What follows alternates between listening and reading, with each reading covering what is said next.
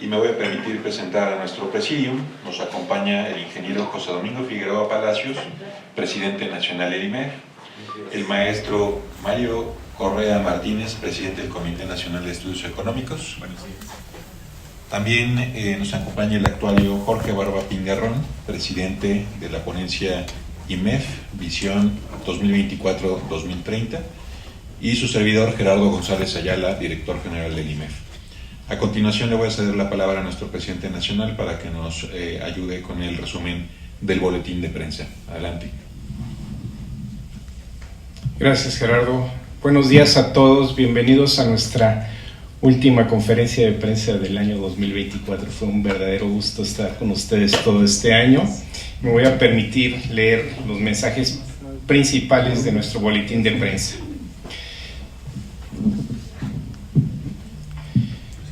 El 2023 se termina con un tono optimista en los mercados financieros internacionales, especialmente los de Estados Unidos, que han reaccionado con rachas ganadoras tanto en los mercados accionarios como en los mercados de bonos, a los cambios hechos por la Reserva Federal en su comunicación.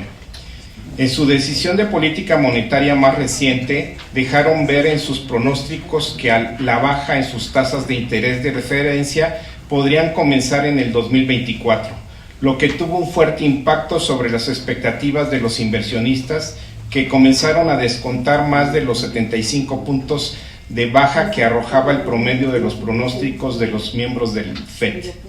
El presidente del FED, Jerome Powell, advirtió que actuarían conforme fuera necesario, pero los mercados se enfocaron en la posibilidad de que pronto iniciarían un ciclo de baja en las tasas. Si llegaran a presentarse una sorpresa de alza importante en la inflación que cambiara esta expectativa, los mercados financieros podrían mostrar ajustes importantes y volatilidad elevada. En México también ha habido buenas noticias sobre el desempeño de la economía. La producción industrial registró en octubre un sólido crecimiento de 0.6% real mensual, aunque con algunos claroscuros al interior de los sectores, con las manufacturas contrayéndose 0.4% y la construcción disparándose 4.7%. Cabe notar que la construcción ha estado exhibiendo un comportamiento bastante peculiar, con oscilaciones pronunciadas en los últimos 3 meses y ahora con un crecimiento sorprendente de 5.3% en su renglón de edificación. Banco de México mantuvo sin cambio su tasa de interés de referencia, tal como se esperaba, en su última decisión de política monetaria del año, manteniendo la mención a que el actual nivel se mantendrá por cierto tiempo. Al igual que para Estados Unidos, para México hay optimismo entre los inversionistas y analistas que anticipan un primer recorte a la tasa de interés de referencia monetaria de Banxico para el primer trimestre del 2024.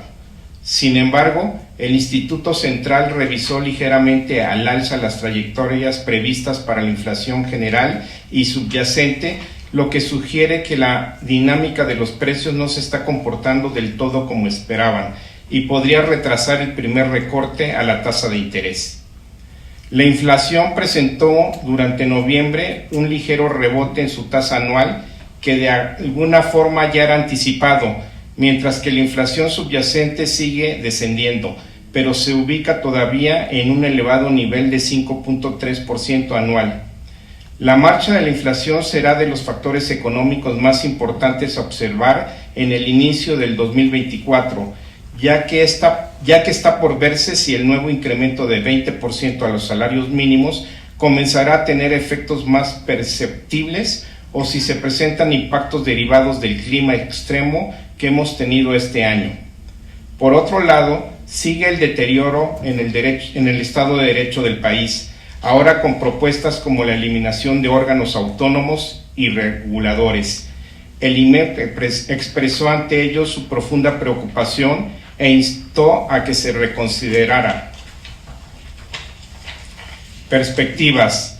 Teniendo en puerta el inicio del 2024, la incertidumbre respecto al panorama económico es, nuevamente, elevada en exceso del usual, ante la gran cantidad de factores que pueden cambiar drásticamente las tendencias, comenzando por un entorno geopolítico sumamente complejo en el que el proceso de desglobalización puede dar lugar a nuevos conflictos que generen disrupciones en los mercados, hasta elecciones en Estados Unidos, México y varios otros países. El panorama económico puede estar afectado por diversos choques imprevisibles. El crecimiento pronosticado para el PIB del 2023 se mantuvo en 3.4% en nuestra última encuesta del año. Para el 2024 aumentó a 2.3% y ahora comenzamos a presentar las expectativas para el 2025 de 2%. Como puede observarse, se anticipa un declive gradual en el ritmo de la expansión de la economía, que es resultado tanto de un año 2023 bastante mejor a lo que se preveía originalmente, como de los vientos en contra que se esperan para la economía en estos próximos 2 años. Podríamos decir que estos pronósticos reflejan un regreso de la economía a su potencial crecimiento, que todavía se percibe cerca del 2%. El pronóstico de inflación para el 2023 se redujo un poco más, de 4.65% en noviembre a 4.5% en esta entrega de nuestra encuesta. Para el 2024 se pronostica una inflación de 4%, sin cambio respecto a la encuesta previa, mientras que para el 2025 se anticipa una inflación de 3.7% al cierre del año. Desde luego, se perciben riesgos importantes que podrían obstaculizar el descenso de la inflación en estos próximos 2 años. El balance público, después de haber sido por varios años una variable relativamente poco importante, ya que se había mantenido muy cerca de lo presupuestado por Hacienda y en niveles modestos de déficit, en el 2024 se convertirá en una variable que comienza a generar preocupación ante el abultado déficit presupuestado por Hacienda. Nuestra encuesta anticipa un déficit público de casi 5% del PIB, reduciéndose un poco a 3.85% del PIB para 2025. Para la tasa de interés de la política monetaria se espera un descenso bastante rápido a 9.25% para el cierre del 2024 y a 7.5% para el cierre del 2025. Esta expectativa debe tomar en cuenta los riesgos que enfrentará la dinámica de los precios en estos próximos años. Para la creación de empleo medida por los asegurados en el IMSS, se anticipa un descenso gradual a 600,000 en 2024 y 525,000 en 2025, lo que es consistente con la desaceleración esperada en el ritmo de la actividad económica. El tipo de cambio pronosticado para el cierre del 2024 se ubica en 18.62 pesos por dólar, mientras que para el cierre del 2025 se prevé en 19.40 pesos por dólar. Pero en caso de continuar los problemas en Pemex y afectarse la calificación soberana, el peso podría reaccionar con una depreciación mayor a la esperada. Las empresas iniciarán el año con el panorama retador que se mantiene hoy en día. La persistencia de una inflación subyacente que no cede mantendrá las tasas de fondeo de las empresas altas.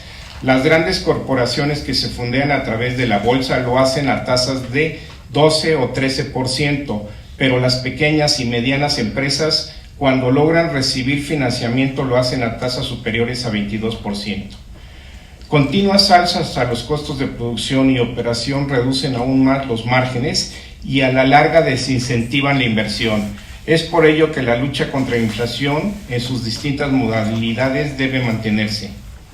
Por último, la idea de un intangible cambio climático dejó de serlo para nuestro país. Las alteraciones de los patrones de clima, exacerbados por una incontinente desforestación de nuestros bosques que actúan como mitigantes, empiezan a mostrar impactos importantes en nuestras economías y la de las empresas. Hasta aquí nuestro boletín de prensa y si gustan pasamos a la sección de preguntas y respuestas. Muchas gracias. Nos envían una pregunta James Young de Argus Media y dice: ¿cómo ha influido el impacto del nearshoring en México este año en comparación con las expectativas? ¿Y cuál es la perspectiva para las inversiones de nearshoring en 2024 y más allá? Continúa la pregunta. Hay aspectos del nearshoring en México que estamos aprendiendo a medida que avanzamos en el proceso. El aumento de la demanda de energía en las industrias de los estados del norte del país ejercerá nuevas presiones adicionales sobre las importaciones del gas y combustible. Muchas gracias. Bueno, inicio en la respuesta. Bueno, en cuanto a nearshoring, lo que hemos visto es que este año 2023 la principal demanda que se ha estado dando ha sido en parques industriales. Nuestras referencias que tenemos es que la saturación de los parques industriales en el norte del país y sobre todo en la frontera está prácticamente al 100% los parques industriales. Por otra parte, en cuanto a inversiones, la verdad es que para el 2023, aparte de los parques industriales, lo que sabemos es que han sido inversiones incipientes, más bien han sido anuncios que esperamos que para el 2024 estos empiecen a concretar de manera más importante y para los próximos años. En cuanto a la parte de los retos, pues tenemos retos muy importantes. El país tiene que invertir en infraestructura, sobre todo en la infraestructura energética, de energía eléctrica y sobre todo energía limpia, en líneas de transmisión y todo lo que es la infraestructura como proyectos carreteros, portuarios. En la parte carretera prácticamente se dejó invertir este sexenio y es importante retomarlo. Y obviamente también otro de los grandes retos del nearshoring es la parte de Estado de Derecho y de seguridad. Y finalmente también tener unas aduanas más expeditas, creo que son los grandes retos del país. No sé si quieras complementar, Mario, por favor. Muchas gracias, José Domingo. Muchas gracias por la pregunta, James. Me gustaría nada más aclarar un poquito el tema de a lo que nos referimos por inversiones de nearshoring, porque es cierto que se están dando muchas inversiones en muchas partes del país, en el caso de los parques industriales. El tema es ¿qué de eso es, digamos, lo nuevo que se está generando a raíz de la relocalización de cadenas y no necesariamente los planes que ya tenían empresas, como por ejemplo las automotrices, aeroespaciales, que llevan mucho tiempo, que están en el país, que están registrando una mayor demanda por parte de Estados Unidos, están exportando más, y que son también las que demandan los parques industriales? Distinguir exactamente qué es nearshoring de lo que es, digamos, business as usual, perdón por el anglicismo, negocios usuales, es quizá el reto de estos temas, porque dependiendo de los indicadores que uno vea, sí se perciben inclusive hasta presiones en algunas zonas del país derivada de este interés por las empresas de diferentes nacionalidades por empezar a aprovechar estas oportunidades. Y yo enfatizaría también el reto, el tema de los retos que comentaba José Domingo, el presidente del IMEF, que tenemos hacia adelante, y es que para aprovechar cabalmente la oportunidad que representa el nearshoring, tenemos que atender muchos cuellos de botella importantes todavía ahí que están en el país. Cuellos de botella como por ejemplo la disponibilidad de tierras adecuadas que tengan condiciones legales para poder usarse, es decir, que no sean ejidos, que no tengan algún otro tipo de inconvenientes en la forma en la que está la propiedad, que se tenga también la disponibilidad de mano de obra con la calificación adecuada cercana a donde se van a realizar estas inversiones, la infraestructura también adecuada, desde luego el Estado de Derecho, y dentro de la infraestructura el tema energético. No sé ustedes si ya están empezando a percibir como analista, que en algunas zonas del país que están creciendo de forma importante, Querétaro por ejemplo, o en algunos lados del norte, ya las empresas que se quieren instalar empiezan a encontrar problemas para obtener abasto de energía eléctrica. El país pues no está invirtiendo al ritmo que se requiere en generación de diferentes tipos de energías, y contar con energías suficientes a precios competitivos, confiables y cada vez más generadas por fuentes limpias y renovables, pues es una nueva realidad a la cual nos tenemos que adaptar, porque la demanda no solo las empresas, sino los consumidores especialmente de América del Norte. Y es aquí en donde creo que tenemos mucha tarea pendiente por hacer. Muchas gracias nuevamente, James, por la pregunta. Gracias. Le cedo la palabra a Miguel Ramírez de Impuesto. Adelante, Miguel. Buen día, a mí me gustaría saber cómo ve la parte de la reforma fiscal que están pidiendo varios sectores, si ustedes se sumarían a eso, en qué sentido debería de ser, y si ven algún riesgo en una degradación de la calificación del soberano y de Pemex por el futuro proyecto de negocios que tiene que presentar la petrolera. Gracias. Sí, gracias, Miguel. Bueno, en cuanto a una reforma fiscal o hacendaria, precisamente en nuestro documento Visión IMEF 2024-2030 estamos proponiendo una reforma fiscal, básicamente porque lo que estamos viendo es que el gasto gubernamental está muy presionado, principalmente, obviamente por las condiciones de Pemex, por el costo de la deuda y por el gasto social. Se está presionando mucho el gasto del gobierno. Entonces, en este sentido, nosotros creemos que es necesaria una reforma fiscal para poder hacer frente a los compromisos de los próximos años.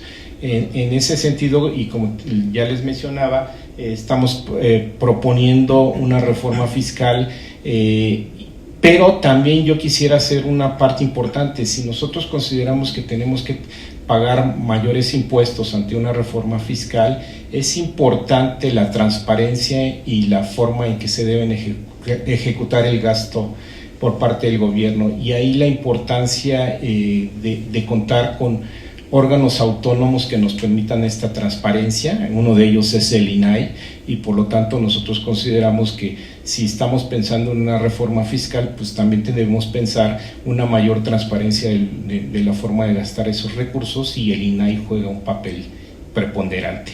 No sé qué quieras agregar. Nada más ahí, para la otra.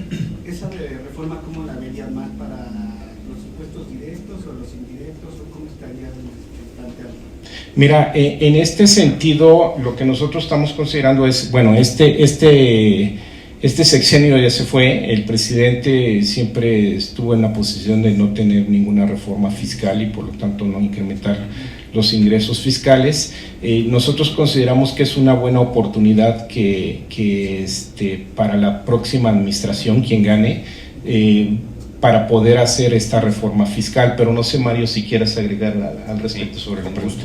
Muchas gracias por la pregunta.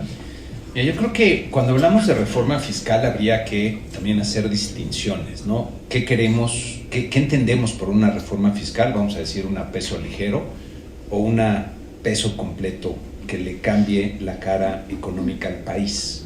Desde luego lo deseable sería tener una reforma completa que incluya muchas cosas. A mí me gusta insistir en que lo primero que debería tener una reforma fiscal, que implica necesariamente captar más recursos de la sociedad para que sean utilizados por el gobierno, es que se tiene que garantizar que esos recursos escasos que tiene el país son usados de la mejor manera, que los destinos a los cuales se va este gasto son los que tienen la mayor rentabilidad social o para el país, y que eso también lo percibe la sociedad. Y como comentaba José Domingo, uno de esos elementos es la transparencia, la rendición de cuentas, la toma de decisiones. ¿Cómo podemos saber si la obra A que se está haciendo o que se hizo fue lo mejor que se podía haber hecho? Necesitamos tener métricas para comparar y para saber que eso es justamente lo mejor que podíamos hacer en ese momento. Entonces, tener estas condiciones que garanticen que se hace un uso eficiente, racional, correcto, limpio de los recursos públicos. Y miren, todas las reformas fiscales son para recaudar, ¿no? Y hay diferentes formas de recaudar. Podemos apretarle más el brazo a los contribuyentes cautivos, que es lo que usualmente ocurre, pero se generan otra serie de problemas como alta actividad informal, menos generación de empleos y oportunidades para las personas y las empresas. O se puede hacer una reforma que trate de alinear de forma más armoniosa los diferentes sectores que participan en la actividad productiva. A lo mejor reevaluando y viendo si la carga social que tienen las empresas, por ejemplo, al generar un empleo, es la adecuada o se puede bajar para que las empresas entonces creen más empleos. Y si con esa misma reforma, cambiando algunas de las leyes que tienen que ver con los impuestos, se puede facilitar la incorporación de las personas y las empresas a la actividad formal del país, que es la que paga impuestos, que es la que tiene ahorros en el sistema financiero, ese ahorro se puede dedicar para financiar proyectos rentables. Si se puede lograr eso con esa reforma fiscal, pues sería lo más deseable. Entonces estamos hablando de diferentes grados, ¿no? Desde lo más básico, que va a ser nada más recaudar y a ver de dónde sacamos dinero, hasta una reforma que permita a la economía y al país empezar a funcionar mejor, a extender mejor el esfuerzo que realizan todas las personas que contribuyen y producen al país. Entonces creo que eso es algo que hay que tener muy presente. No hay una propuesta concreta, ya veremos si llega, dependiendo quién gane las elecciones, qué tipo de propuestas se van a hacer. Muchos economistas coincidimos en que es muy necesario hacer una reforma fiscal. México recauda poco en comparación con otros países, lo que en parte se debe a este gran problema que tenemos, que es la gran cantidad de actividad informal que hay en el país, y en algún momento tenemos que atender ese problema, ¿no? Entonces todo esto estaría en juego a la hora de hablar de esta reforma fiscal, y nuevamente es un tema que seguramente se estará discutiendo, y conforme se vaya viendo por dónde se quiere encauzar, pues estaremos en posibilidades de hacer mejores comentarios. Muchas gracias. Lo de Pemex. Bueno, es un riesgo que hemos venido comentando desde hace tiempo, y no solo nosotros, las mismas agencias calificadoras y los inversionistas están muy pendientes del problema que hay en Pemex, que no está presentando los resultados que se habían planteado cuando se presenta el primer plan de negocios, ni en temas productivos ni operativos, y sobre todo financieros. Y hay mucha presión ahí, presión que está pues ya afectando las finanzas públicas. El gobierno ha tenido que transferir una gran cantidad de recursos a Pemex. Con este cambio de sexenio, pues debe de venir también un cambio en el liderazgo de Pemex, sería lo normal, y debería de venir un replanteamiento en la estrategia de negocios de Pemex. Entonces vamos a ver si se logra concretar una estrategia de negocios que permita pues hacer visible la salida a los problemas que tiene la empresa petrolera, y vamos a ver qué se propone. Una propuesta así, a lo mejor rápida y de bote pronto, es que en lugar de tener un Pemex se vaya cambiando poco a poco a un Solar Mex o a un Energías Limpias Mex o algo así, que es lo que necesita el país, ¿no? Y ahí hay mucha experiencia que a lo mejor se podría aprovechar para empezar a resolver las necesidades que tienen los mexicanos de ahora, viendo hacia el futuro, ¿no? Yo quisiera aprovechar, en el documento que comenta el ingeniero Figueroa sobre la ponencia IMEF 2024-2030, uno de los 15 capítulos que se abarca es justo la reforma hacendaria. No solamente la reforma fiscal, sino hacendaria, ¿no? Como acostumbra el IMEF, son propuestas que estamos generando en esta ponencia, muy sólidas, muy documentadas, muy robustas, y nada más que sirva como invitación para que ustedes puedan documentarse en todo este documento, en esta ponencia. Menciono 4 o 5 puntos que en estas propuestas se generan. Por ejemplo, ya se mencionó, transparencia del gasto público, es fundamental. Otra, empadronamiento de la economía informal. La informalidad es todo un tema en México.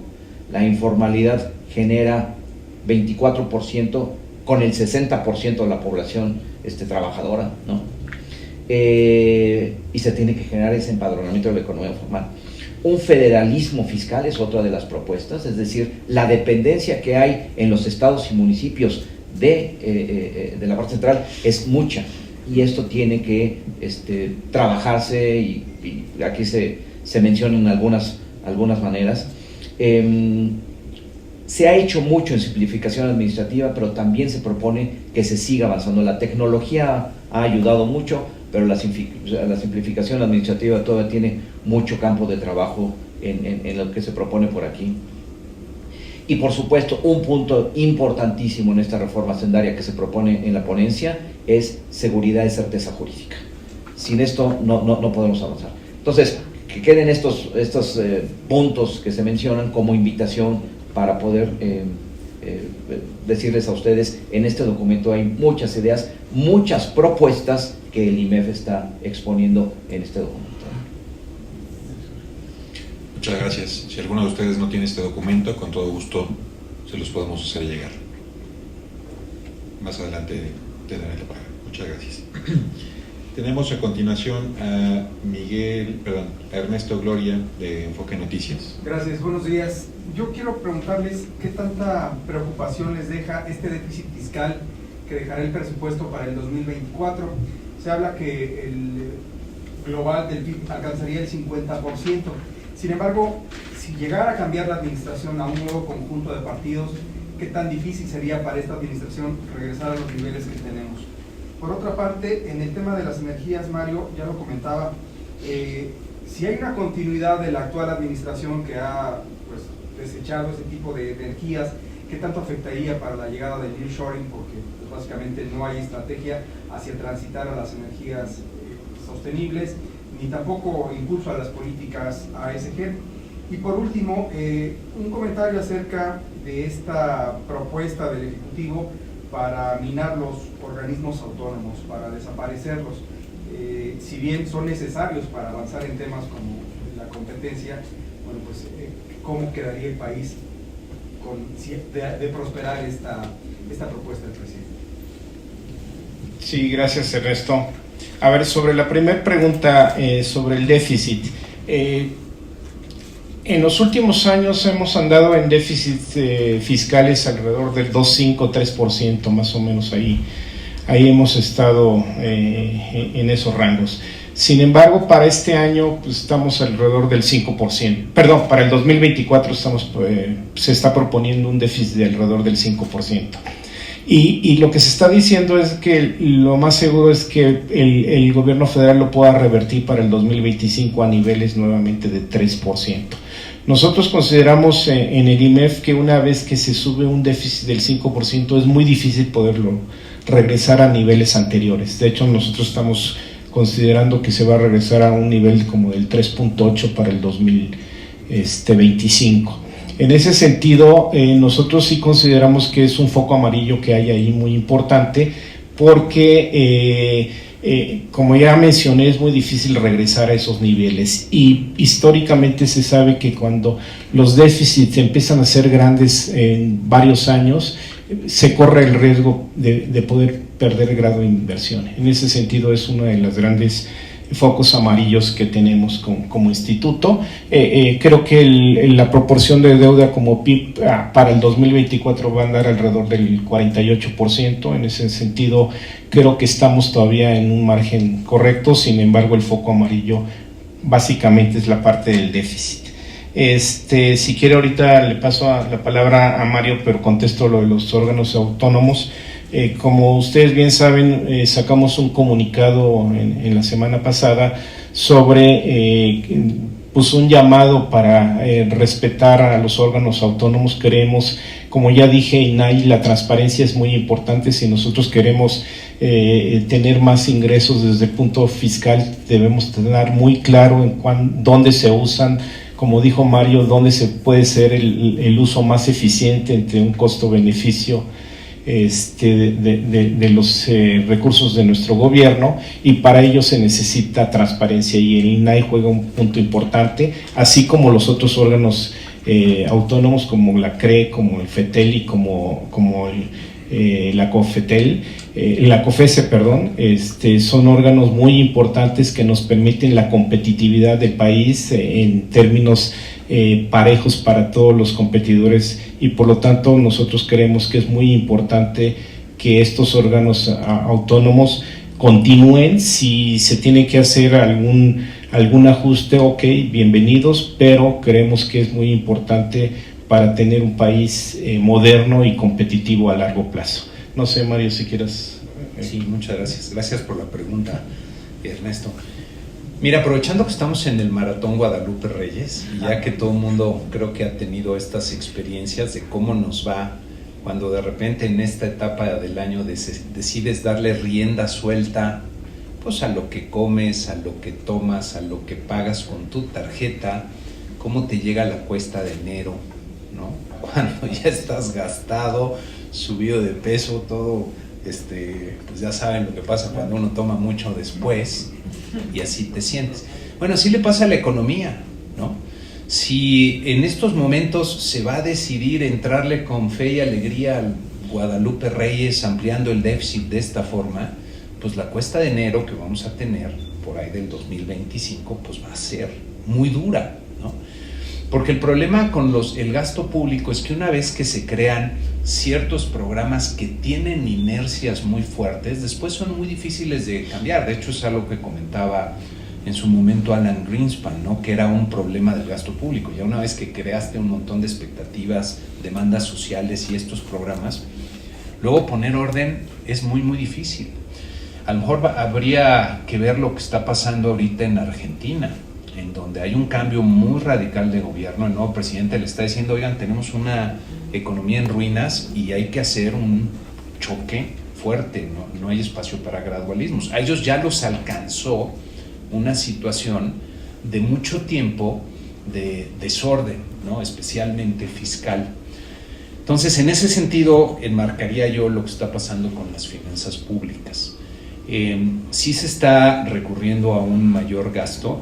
Con muchos economistas coincidimos en que es de forma desordenada, quizá no lo más afortunada, y que después reducir ese déficit va a ser difícil de entrada porque va a ser otro gobierno, va a haber otras condiciones en el Congreso.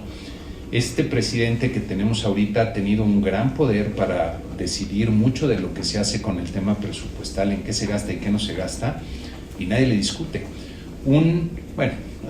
Al final del día se hace, ¿no? lo que le está pensando hacer. Bajo otras condiciones, si hay un Congreso que esté a lo mejor más balanceado, o un presidente o una presidenta que tenga menos poder que el actual, pues va a ser más difícil que todas esas diferentes demandas sociales, cada una queriendo jalar un cachito del gasto público, pues les pueda decir que no. Y por eso representa una preocupación que se esté generando ese nivel de déficit. Es como estar firmando la tarjeta de crédito. O sea, sabes que tarde o temprano vas a tener que pagar esa deuda y con intereses. Entonces, esa sería la preocupación. Y en el tema de las energías, si ustedes ven los pronósticos, que también creo que es algo que vale la pena echarle un ojo de esta forma, pues para el año que viene un crecimiento arribita del 2, para dentro de 2 años un crecimiento cercano al 2, que como comentamos en la nota es el potencial que tiene la economía de México, pues ahí no hay ningún efecto visible del nearshoring.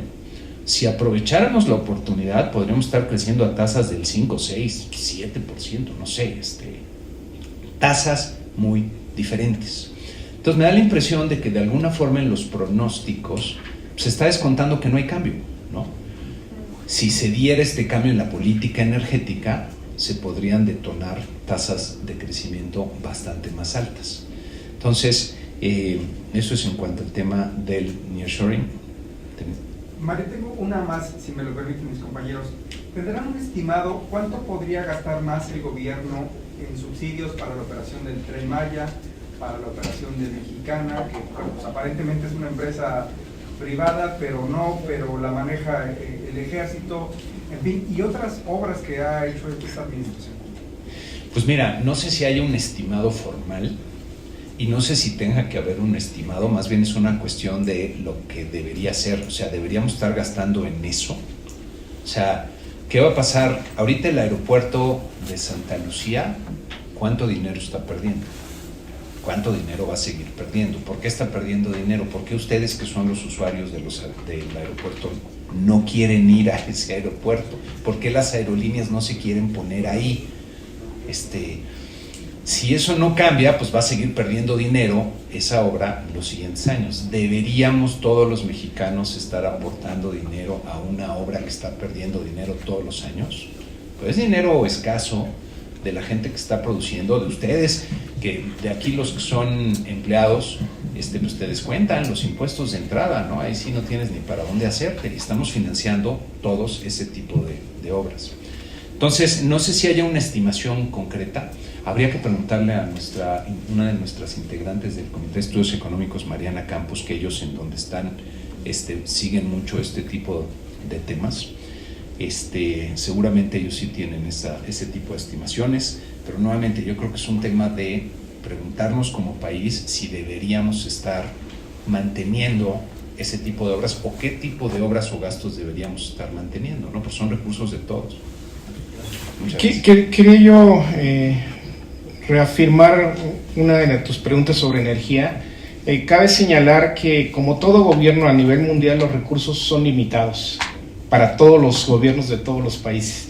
Los recursos son limitados y en ese sentido, y que es parte también de nuestro documento Visión IMEF 2024-2030, nosotros lo que proponemos es que el gobierno tiene que, con los recursos limitados que tiene que enfocarse a la parte social, de salud y de educación principalmente.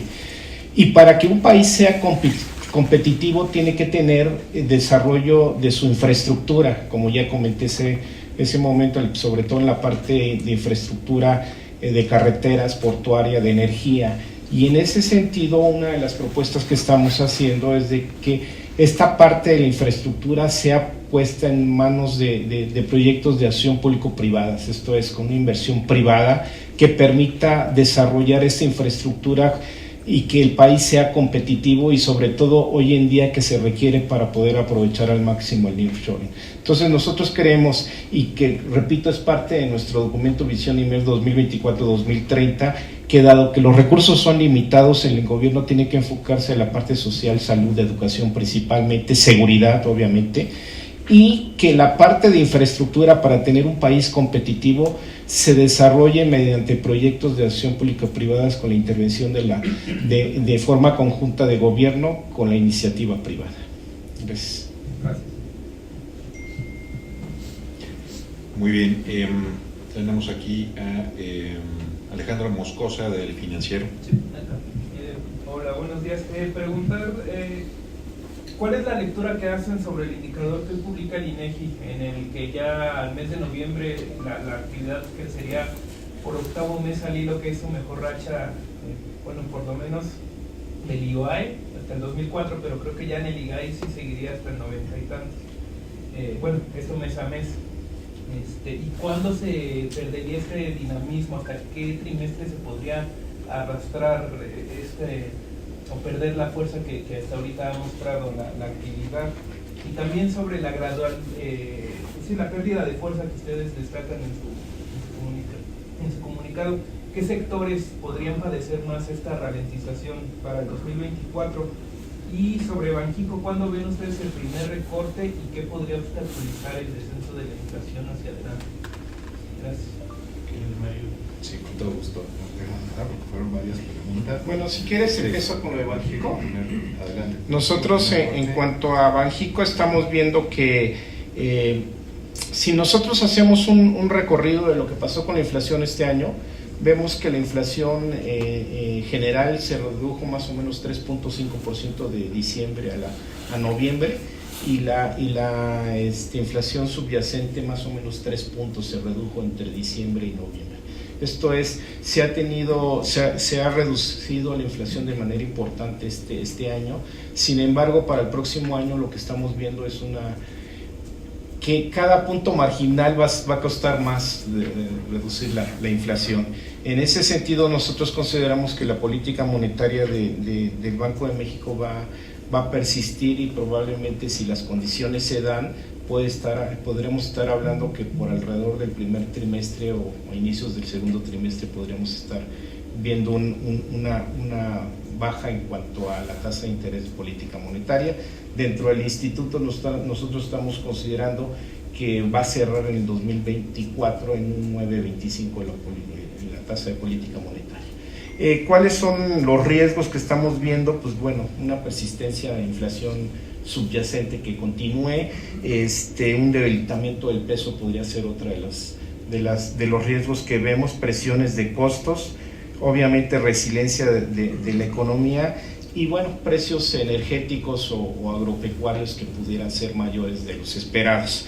Y obviamente también hay riesgos geopolíticos como lo que se dio este fin de semana en el canal de Suez con todo el transporte marítimo que están tomando decisiones de no pasar por el canal de Suez y darle la vuelta por Cabo Esperanza, y en ese sentido esperemos que no, pero podría haber también un impacto en cuanto a las tarifas o a los fletes de la carga. Pero si quieres complementar, Mario. Sí, muchas gracias, José Domingo. Sí, a ver, varias preguntas. Entonces, del indicador de noviembre hay que recordar que esta es una estimación estadística que trata de anticipar lo que va a traer el IGAE. Si son buenas noticias ahorita, pues que bueno, habrá que ver si se valida ya en los hechos. De repente el resultado nos ha sorprendido.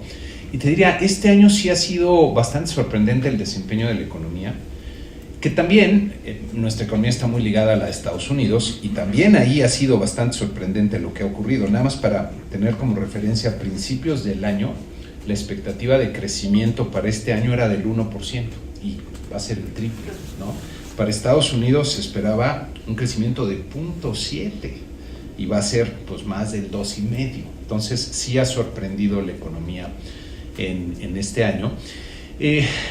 Por algunas cuestiones que luego son curiosas. Hay un tema ahorita que es el de la inversión, que parece que está en un boom impresionante, pero si ustedes ven ciertas variables, hemos experimentado unos vaivenes que no habíamos visto en la historia de muchas de estas series. Por ejemplo, en la construcción de obras de ingeniería civil y obra pesada, de repente había un crecimiento de casi el 100%, un mes sube, no sé, 15%, y de repente en el penúltimo mes se desploma 25%, ahorita casi no creció.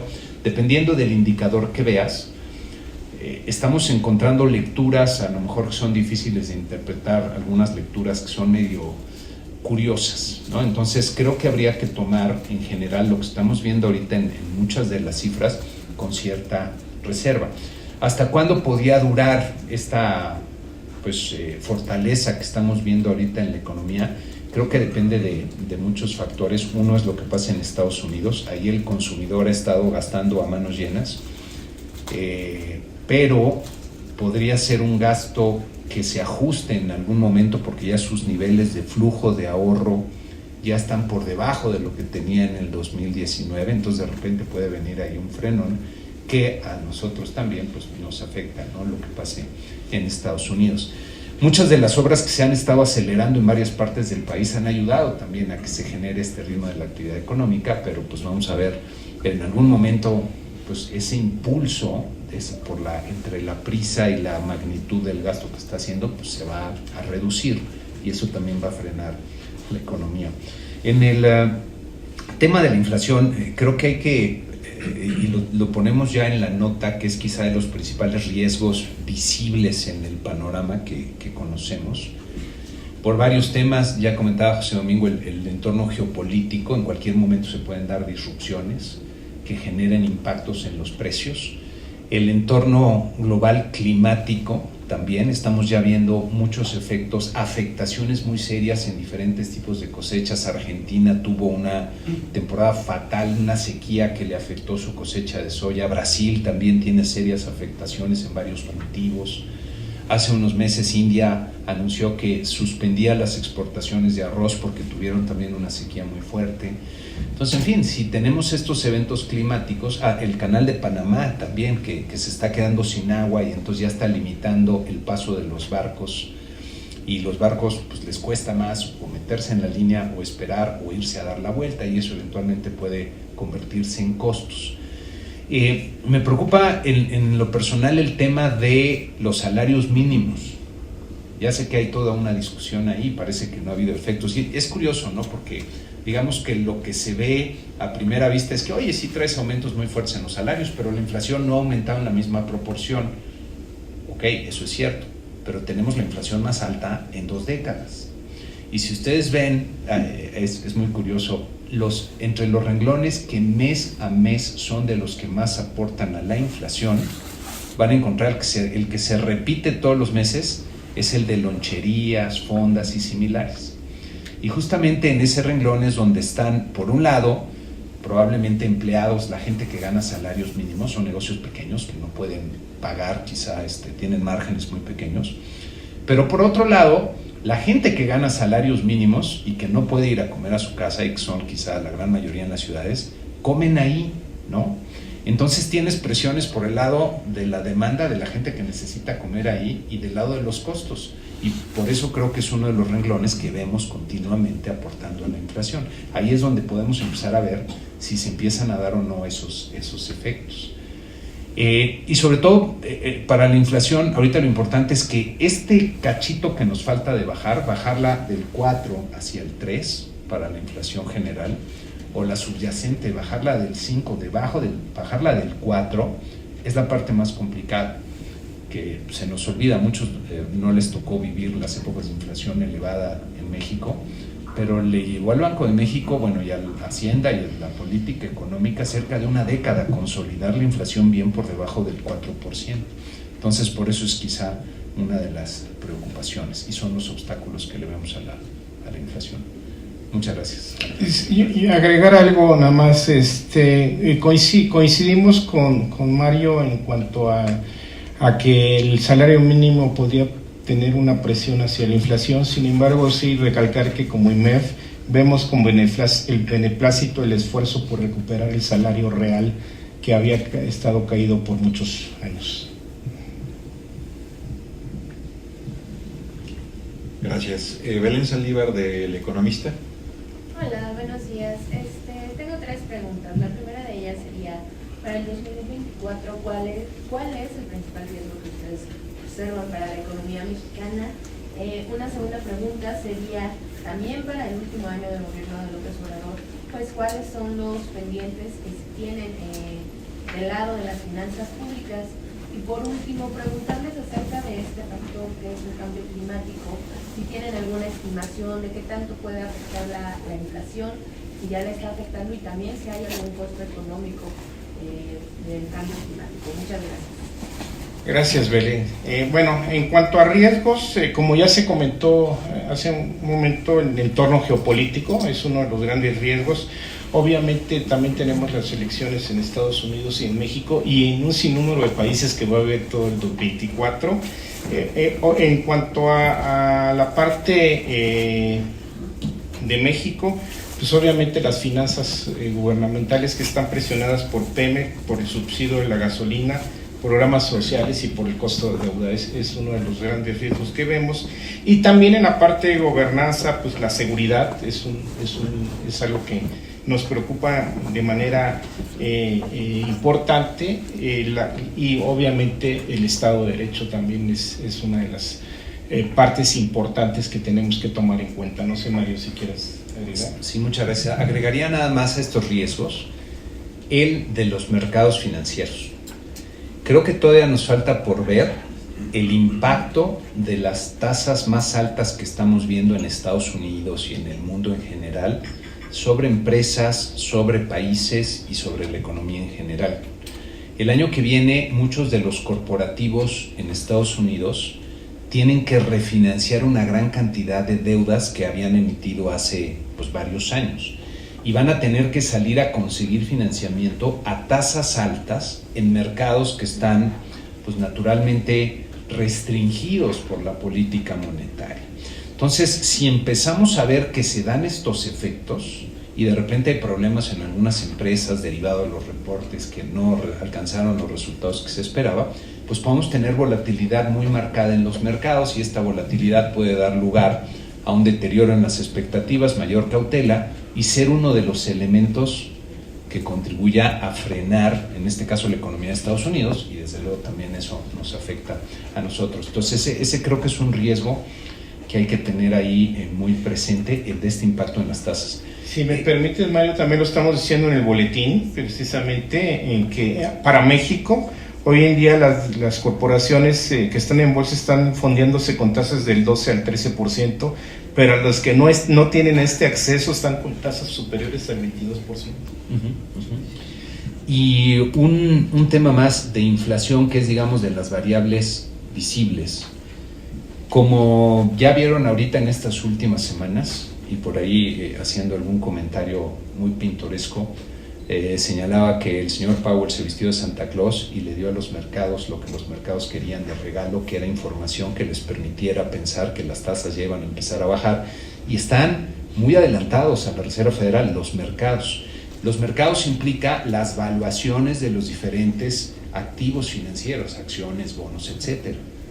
Si de repente la inflación no se porta como esperan, o viene un rebote, una sorpresa en la inflación, que haga a la Reserva Federal volver a endurecer el tono, o a los mercados darse cuenta que las tasas no van a bajar al ritmo que se espera, pues vienen ajustes en esas valuaciones y es donde se puede generar volatilidad fuerte en los mercados accionarios, de bonos, inclusive cambiarios. Entonces, la inflación es una variable bien importante a seguir, porque ahí es de las variables que conocemos, de lo, digamos, previsible, es donde vemos que pudieran quizá generarse sorpresas que cambien el desempeño de los mercados y de la economía en general. Entonces, serían de los riesgos que habría que tener presentes. Y muchas gracias. Belén. ¿Vas a comentar lo que he dicho? Ajá, y el cambio climático. ¿Perdón? Y el cambio Es climático. cierto, es cierto. Mira, el tema del cambio climático, pregunta si hay alguna estimación, por ejemplo, del costo.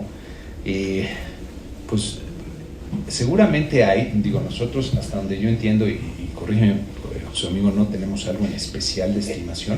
Bueno, yo tengo un dato de Estados Unidos, y el dato de Estados Unidos es el cambio climático en el 2022 fue de algo así como de $8,000 millones, el impacto que tuvo. 8,000 millones de dólares. En Estados Unidos. En Estados Unidos, Sí, nada más. sí, sí. Pero, por ejemplo, digamos, Estados Unidos es un poco diferente a México. Pero México, igual, que tan preparado ustedes lo ven como para poder afrontar los riesgos del cambio climático. O sea, en finanzas públicas hay un anexo para la adaptación y mitigación de riesgos de cambio climático, pero realmente hay algún impacto de ese anexo que está sucediendo. Híjole, es que el tema de cambio climático es tan amplio, o sea, que te abarca desde la posibilidad de eventos como el huracán que acaba de destrozar Acapulco, y ahí nada más solito se hablan de cerca de 30,000, 35,000 millones de dólares de lo que te va a costar. No son estimaciones propias, son estimaciones de los medios.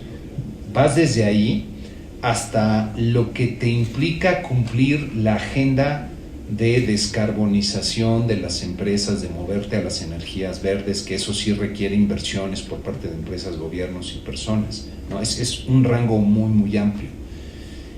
Ojalá nos demos cuenta de que es un tema que ya nos alcanzó y nos alcanzó a nivel global, y es algo que debería estarse atacando a nivel global, y pues desafortunadamente hoy día en el mundo como que la visión global es la menos importante de las visiones. Cada vez más los países están enfocándose a su interior de sus fronteras, en temas de comercio, de economía, de todo, ¿no? Y especialmente en estos temas que son globales como el cambio climático, pues no ayuda tener estas visiones muy enfocadas al interior. Entonces es un tema muy amplio, a lo mejor por eso pues no podríamos darte una respuesta más específica, pero sí es un tema que tenemos que empezar a pues todos ponerle más atención. Sí, y adicionaría lo que decía Mario y José Domingo. Me parece que apenas están generando los primeros números alrededor, las primeras estimaciones, los primeros impactos ya cuantificados y pronósticos de estimaciones, ¿no? Y aquí resulta interesante, muchas de las empresas, corporativos internacionales y que están llegando a las empresas en México, en sus áreas de administración de riesgos, ya no solamente ven la administración de riesgos interna de la empresa, sino las implicaciones que tiene para cada industria, porque las implicaciones del cambio climático van a ser diferentes por tipo de industria. Están analizando esto. Y una de las industrias, que por supuesto hay muchas, pero una de ellas es la industria aseguradora.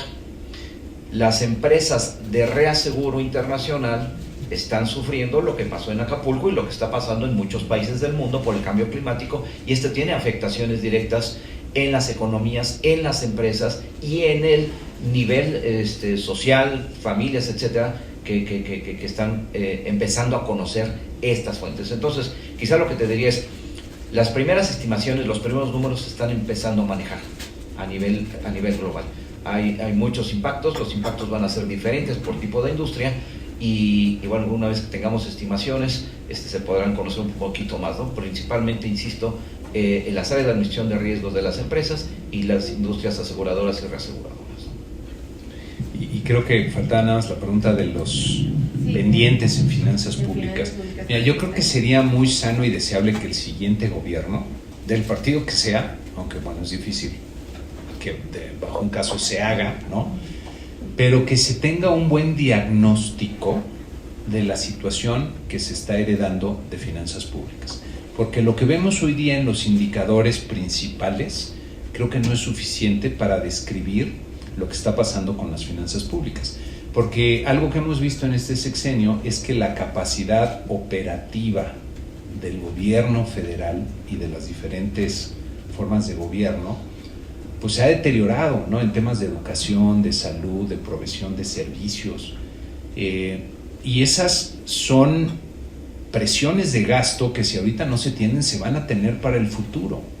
Entonces, tener una mejor diagnóstico, radiografía, tomografía, diría, mientras más detallada mejor, de cuál es la situación que se está dejando de finanzas públicas al país, sería muy deseable, ¿no? Por ejemplo, en temas de educación, que es de donde más retrasos estamos generando. Si hoy día estuviéramos invirtiendo en la educación de calidad que requiere nuestro país, ¿cuánto estaríamos gastando? ¿No? Seguro un monto muy diferente al que estamos gastando ahorita. En fin, creo que sería muy deseable que se hiciera ese ejercicio de forma objetiva. Ha habido propuestas que inclusive creo que aquí en algún momento se han barajado de, por ejemplo, establecer un consejo fiscal parecido al que se tiene en Estados Unidos, donde hay un órgano que es bipartidista, que es el que se encarga de dar el análisis y seguimiento de la situación del presupuesto federal, que a lo mejor algo así también podría hacerse para México, ¿no? Para tener una mejor lectura y diagnóstico de lo que está pasando con las finanzas públicas, pudiera ser muy deseable. Muchas gracias. Gracias. Azucena Vázquez de Reforma envía un par de preguntas para Mario Correa y dice, respecto a los retos de infraestructura que mencionaba y problemas sobre abastecimiento de energía, ¿en qué entidades han detectado que las empresas que llegan como parte del nearshoring se están enfrentando ya a una falta de energía? ¿Eso ha provocado que se aplace el arranque de proyectos? Bueno, muchas gracias, Azucena. Esto que te comento es, digamos, lo que llamamos información anecdótica.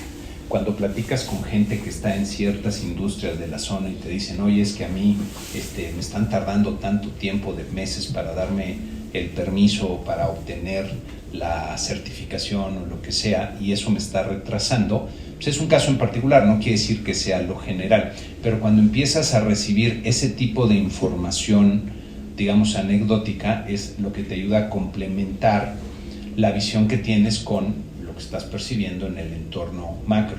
Algo que hemos visto y sabemos es que este sexenio no se ha invertido lo que se debería en la generación de energía eléctrica a secas y energía limpia, pues todavía menos, ¿no?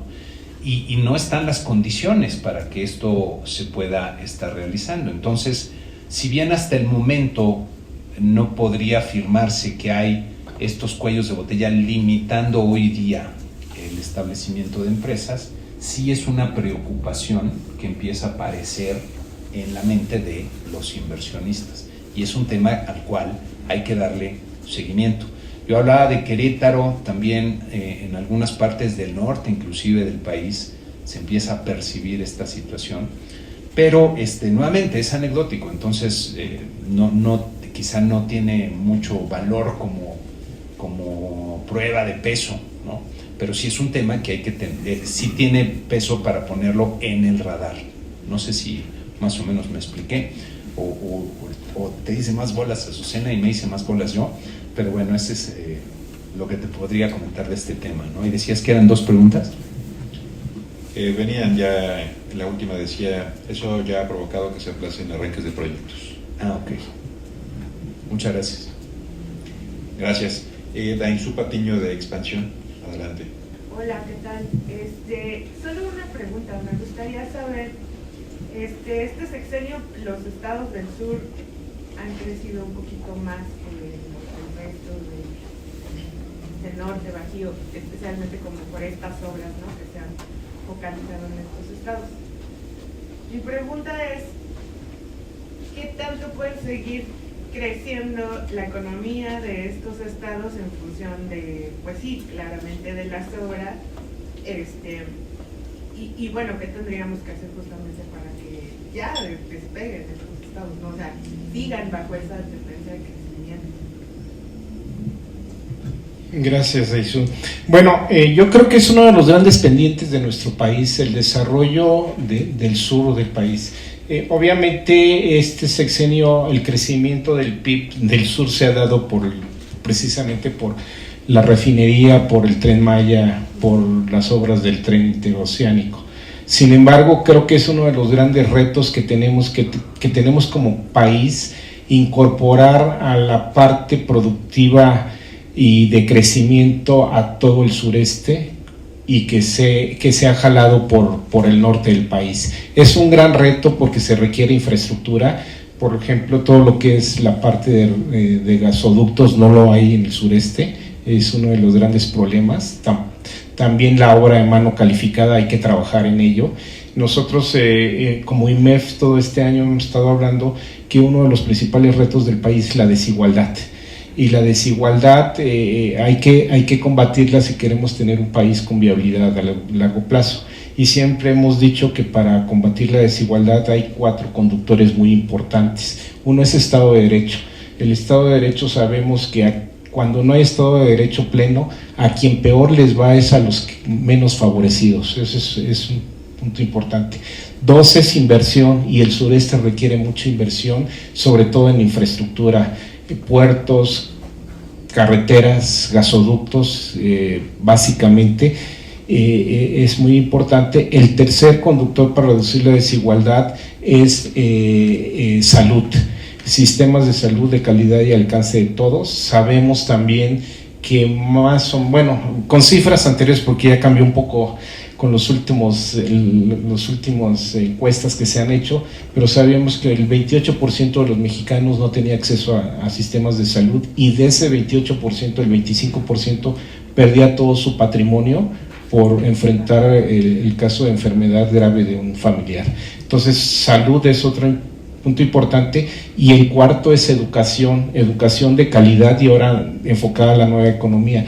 Todo esto se requiere en el sureste para poder hacer que el sureste crezca en las mismas condiciones que el norte. Es todo un reto para nuestro país. No sé, Mario, si quieres decir. Sí, nada más para aclarar, porque creo que es un punto muy importante, distinguir lo que es, digamos, crecimiento de verdad, por llamarlo de alguna forma, de un crecimiento artificial de corto plazo. Y lo hemos visto en varias partes del mundo y en diferentes momentos. Por ejemplo, si un país se dedica a construir casas, como lo hizo China desde hace varios años, pues estás construyendo un montón, y mientras estás construyendo, pues estás empleando gente, estás demandando pues todos los materiales que se requieren, estás generando un montón de actividad económica. Ok, acabaste las casas, son millones, y no las está ocupando la gente, no las están pagando. Muchas de esas casas las generaste con deuda de los gobiernos estatales o de los gobiernos municipales, que hoy día tienen un gran problema. Tienes casas vacías que nadie quiere porque además las hicieron quién sabe en dónde. Entonces, eventualmente tienes un problema. Entonces, para el tema del sureste, yo creo que el primer punto, el punto de partida debería ser qué puede producir el sureste que es valioso para el resto del país, el resto del mundo. ¿Qué cosas pueden hacer en esta región que aporten valor al mundo? Porque el tener todo este tipo de inversiones, pues sí puede ayudar a que funcionen mejor las cosas ahí, pero mientras no tengas algo de fondo, que es lo que estás produciendo, que es lo que puedes producir en esa zona, pues eventualmente se frena la actividad económica, ¿no? De todo esto que comentó José Domingo, yo enfatizaría mucho el tema de la educación. O sea, la educación es el principal mecanismo para aumentar la productividad de una economía, de las personas, el principal factor de movilidad social que hay para que las personas puedan salir de la pobreza o acceder a mejores niveles de ingreso y de bienestar, es la educación. y es quizá en lo que menos estamos invirtiendo.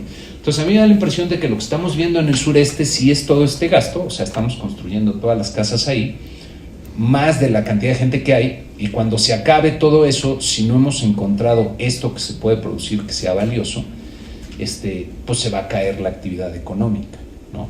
Ahora, normalmente también cuando tú generas infraestructura, cuando llevas, por ejemplo, gas natural, abres oportunidades a que la misma gente de ahí encuentre qué requiere esa comunidad, ya sea servicios de transporte o producir los bienes básicos, y cuando tienes energía los puedes producir, y eso generalmente te ayuda a generar mayor actividad económica.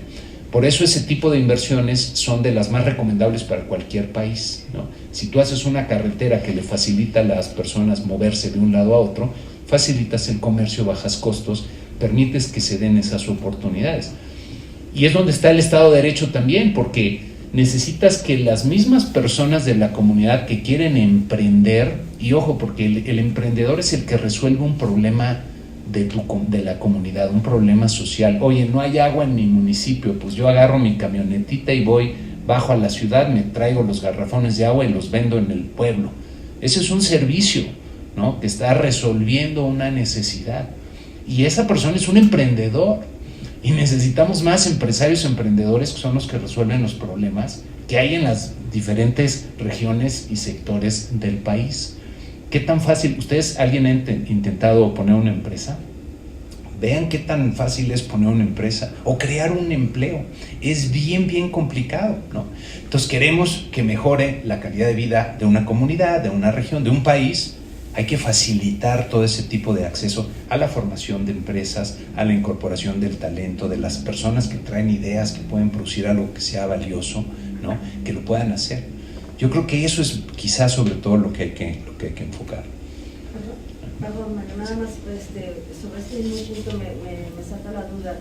Entonces, situaciones como nearshoring, los polos que se están generando en el sur-sureste del país, lo del tren transísmico, etcétera, ¿serán nada más beneficiosos para algunas áreas nada más de la economía y no para la población en general de esta parte del país? Porque, pues bueno, una cosa es crear o establecer las vías de comunicación ferroviaria, ¿no?, establecer a lo mejor los polos, pero si no hay esta parte de la mano de obra calificada, de los servicios, ¿no?, entonces estamos hablando casi de sueños guajiros que no sabemos como que para cuándo van a dar beneficios. No, ese es justamente el punto. Si estás haciendo algo valioso, por ejemplo el transísmico, si tú ahí vas a proveer un servicio, no vas a poder ayudar a que los barcos lleguen de un lado del Atlántico o del Pacífico y se vayan al otro. Si lo haces de forma pues más eficiente o a costos aceptables que las alternativas que hay, pues estás haciendo algo valioso. Eso sí te va a producir más en el futuro, ¿no?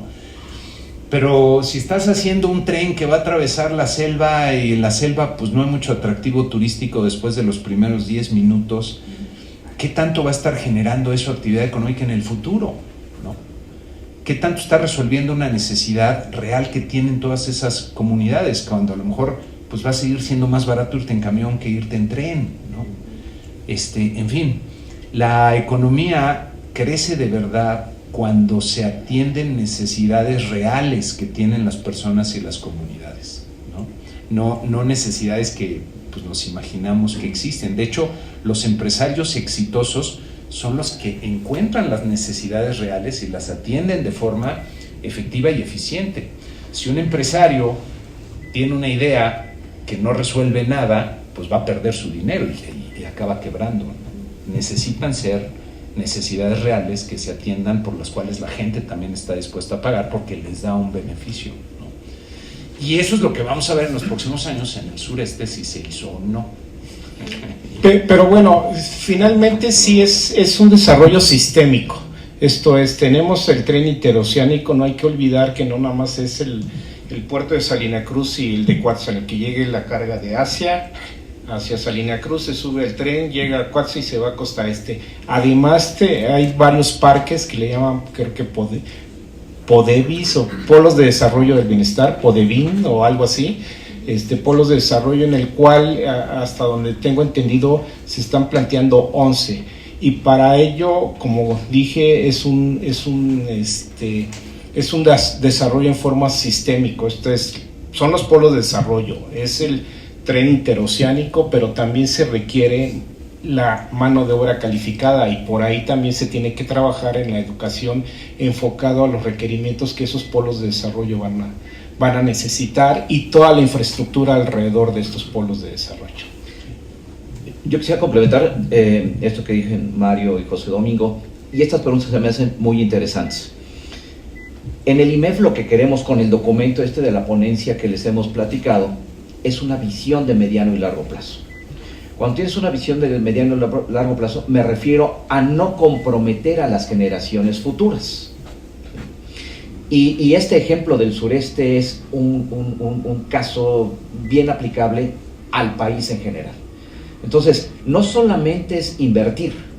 De los 4 aspectos importantes que se decían, no solamente es la inversión, tenemos que hacerlo con Estado de Derecho, tenemos que hacerlo con salud y educación, y no es solamente inversión de un año, tiene que ser una inversión constante, permanente, año con año con año, para que en el mediano plazo esas nuevas generaciones puedan tener un desarrollo económico y social sólido, ¿no? Para que ese México del sureste y ese México de todo el país siga creciendo como lo estamos planteando en el IMEF, ¿no? Y estas inversiones en salud, en educación, son 2 aspectos básicos.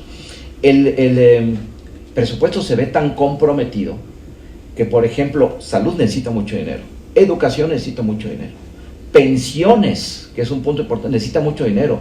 Cuando jalas la cobija de un lado, descobijas al otro, y entonces tenemos que hacer mucho más sólido el presupuesto, mucho más robusto, para que el sureste también crezca, pero todo el país también crezca. Y esta visión de mediano y largo plazo que tenemos en esta ponencia IMEF 2024-2030 se refiere mucho a eso. Estamos viviendo un momento de coyuntura importante. Nearshoring y todo lo que ustedes quieran, como oportunidad, si enfocamos bien los esfuerzos allá. Pero si nos descuidamos y dejamos que este déficit crezca y algunas otras cosas sigan teniendo carencias, entonces este momento de oportunidad lo vamos a guiar hacia un lado equivocado. Y me parece que con esta generación de propuestas puede ser, o la idea y el objetivo de nosotros es generar, incentivar políticas públicas que ayuden no solamente al sureste, sino a todo el país en todo el crecimiento, en todo el desarrollo económico del país, con una visión social que tiene el IMEF, ¿no? Por ahí lo vería yo. Gracias. Ana Lidia Valdés, de la Asociación Mexicana de Profesionales. Yo quiero insistir igual con el sureste. Se inauguró el Tren Maya con bombo y platillo, pero con base en su experiencia, ¿qué tanto interés causó a los inversionistas establecer centros comerciales, vivienda? Y ahorita que decía, ¿está la gente capacitada para el comercio? Porque pues nunca han tenido pues grandes plazas comerciales, particularmente en esa zona. Existe la mano de obra para por ahí también darle un empujoncito al desarrollo económico del sureste. Gracias. Bueno, yo creo que en cuanto al Tren Maya, creo que es una zona turística en la cual la mano de obra de servicios está calificada, está preparada, y creo que en ese sentido no habría mayor problema. Como todo proyecto, pues es un proyecto que tiene que madurar. Al inicio los proyectos necesitan una curva de aprendizaje y maduración. Obviamente hay temas en el sentido de la rentabilidad del mismo. Sabemos que todos los trenes a nivel mundial generalmente no tienen gran rentabilidad. Ya está el Tren Maya, yo lo que diría es ojalá sea un éxito, porque pues la obra ya está hecha. Obviamente lo que se está cuestionando principalmente es el sobrecosto que hubo, por un lado, y por otro lado, pues toda la parte ambiental, ¿no? Pero yo diría que si el tren ya está, pues como país lo mejor que pudiéramos hacer es sacarle el mejor provecho al mismo. Pero no sé. no, nada más que no tengo, y estaría muy interesante tu pregunta, a ver qué interés hay de la gente que quiere comprar un espacio comercial en toda esta ruta. Digo, no tengo información hasta el momento, yo creo que todavía falta, ¿no? Para que se... Sí, pero va a ser un indicador, ¿no? De qué tan viable ven que sea el proyecto. Esa parte del sureste, ¿qué tanto aporta al PIB nacional? ¿Cuál es el porcentaje? Uy, te mentiría. O sea, no es más del 10%, pero si quitas petróleo y lo demás que se da, por ejemplo, en Campeche, pero te investigo el dato. Esa región te refieres donde está el Tren Maya, o sea, Yucatán, Chiapas, toda la península. Okay, ahorita.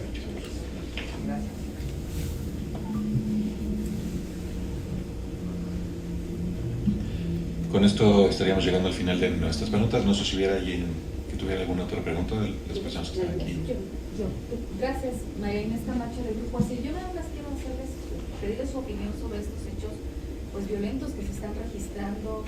Vimos ya en Celaya, en Guanajuato, lo que pasó con estos chicos que estaban en una posada, lo que pasó en el Estado de México, con los grupos criminales que se enfrentaron con los productores de haba, de chícharo, y en otros estados donde se ha registrado este tipo de actos violentos, y el gobierno pues dice que son peleas entre consumidores o que van a cobrar cuentas que tienen que ver con el crimen organizado, que la estrategia del gobierno pues, sigue funcionando muy bien.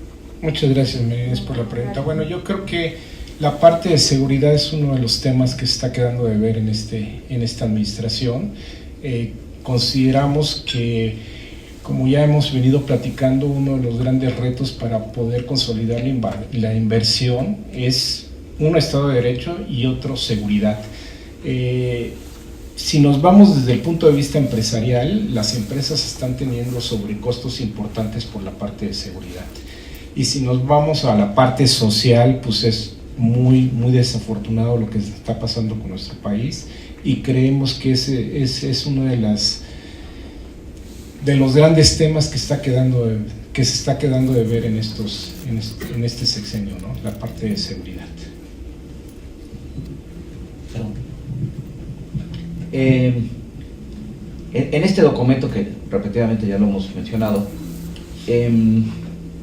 hay 15 temas importantes: energía, infraestructura, Sistema Nacional de Cuidados, sistema de pensiones, 15 temas bien importantes. Pero quizá lo importante es que hay aspectos correlacionados, puntos de coincidencia entre cada uno de esos temas que son transversales. Y uno de esos temas justo es Estado de Derecho, impunidad, ¿no? Que en cualquier tema que se mencione está metido, ¿no? Entonces, creo que si seguridad pública afecta al artículo de inversión, afecta a la reforma hacendaria, si yo no tengo esa seguridad, ¿no? Afecta al desarrollo económico, afecta a la infraestructura, son puntos de coincidencia que en los diversos temas, en los 15 artículos, siempre están presentes. Yo creo que sí es un punto importante que tiene, porque estamos generando un México de mediano plazo, con sostenibilidad de mediano plazo, pero si este pilar no está, difícilmente vamos a llegar a él, ¿no? Muchas gracias. Con esto estamos llegando al final de nuestra conferencia de prensa. Claro. Bueno, yo quisiera agradecerle, ahorita le cedo la palabra, a Mario Correa, nuestro presidente del Comité de Estudios Económicos, que estuvo con nosotros el 2022 y 2023, y hoy termina su excelente gestión al frente del Comité de Estudios Económicos de nuestro instituto. Entonces le cedo la palabra a Mario Correa, por favor. Muchas gracias, José Domingo. Pues se termina el año y se terminan los ciclos, ¿no? Y justo con eso se termina mi ciclo al frente del Comité Nacional de Estudios Económicos del IMEF. La verdad es que ha sido un gran privilegio de los buenos, porque ya ven que ahora no todos los privilegios los ven igual. Este comité agrupa de verdad yo creo que muchas de las mentes más brillantes que tiene el país, no solo economistas, sino analistas de otros tipos. Yo les agradezco muchísimo siempre la atención que nos han brindado a mí en lo personal, siempre de verdad les agradezco y voy a seguir a sus órdenes, por ahí vamos a andar en varios temas, pero pues ya como presidente del Comité Nacional de Estudios Económicos se termina mi ciclo. Vamos a tener a una persona también de primerísimo nivel que ustedes conocen y creo que ya se comentó públicamente. ¿Quién? Pues un viejo conocido de ustedes. Vamos a tener a Víctor Herrera, señorón que ustedes conocen desde las calificadoras. Él fue director general de Standard & Poor's, es miembro del Comité de Estudios Económicos desde hace tiempo.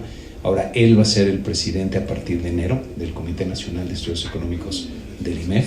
Víctor Manuel Herrera va a ser nuestro presidente del Comité de Estudios Económicos 2024. Y pues nada más, de verdad agradecerles siempre sus preguntas, su atención, todas las cortesías que han tenido con nosotros y en especial con un servidor. De verdad, muchas gracias. Seguimos a sus órdenes ahí tratando de entenderle a lo que le pasa a la economía. Y pues bueno, seguiremos apoyando ahora a Víctor en lo que podamos, con todo gusto, y desde luego al IMEF. Y muchas gracias, José Domingo, también por permitirme estar en estos 2 años que han sido especialmente intensos para la economía, años muy, muy retadores. Creo que se vienen otros igual de retadores, pero de verdad, muchas gracias. Muchas gracias.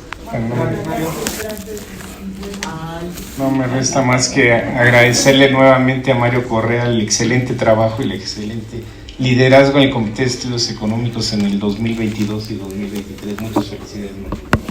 Gracias, Mario. Yo nada más quiero invitarlos, si me permites, José Domingo, a que lean, a que revisen este documento en estas épocas de diciembre. Me parece interesante, porque mucho de lo que dijimos aquí, mucho de lo que dice el IMEF está resumido para la visión que tiene el IMEF para el mediano plazo, ¿no? Hay artículos muy documentados, muy robustos, muy sólidos, de 15 especialistas, cada uno de ellos en su tema, y creo que genera información de mucho interés público.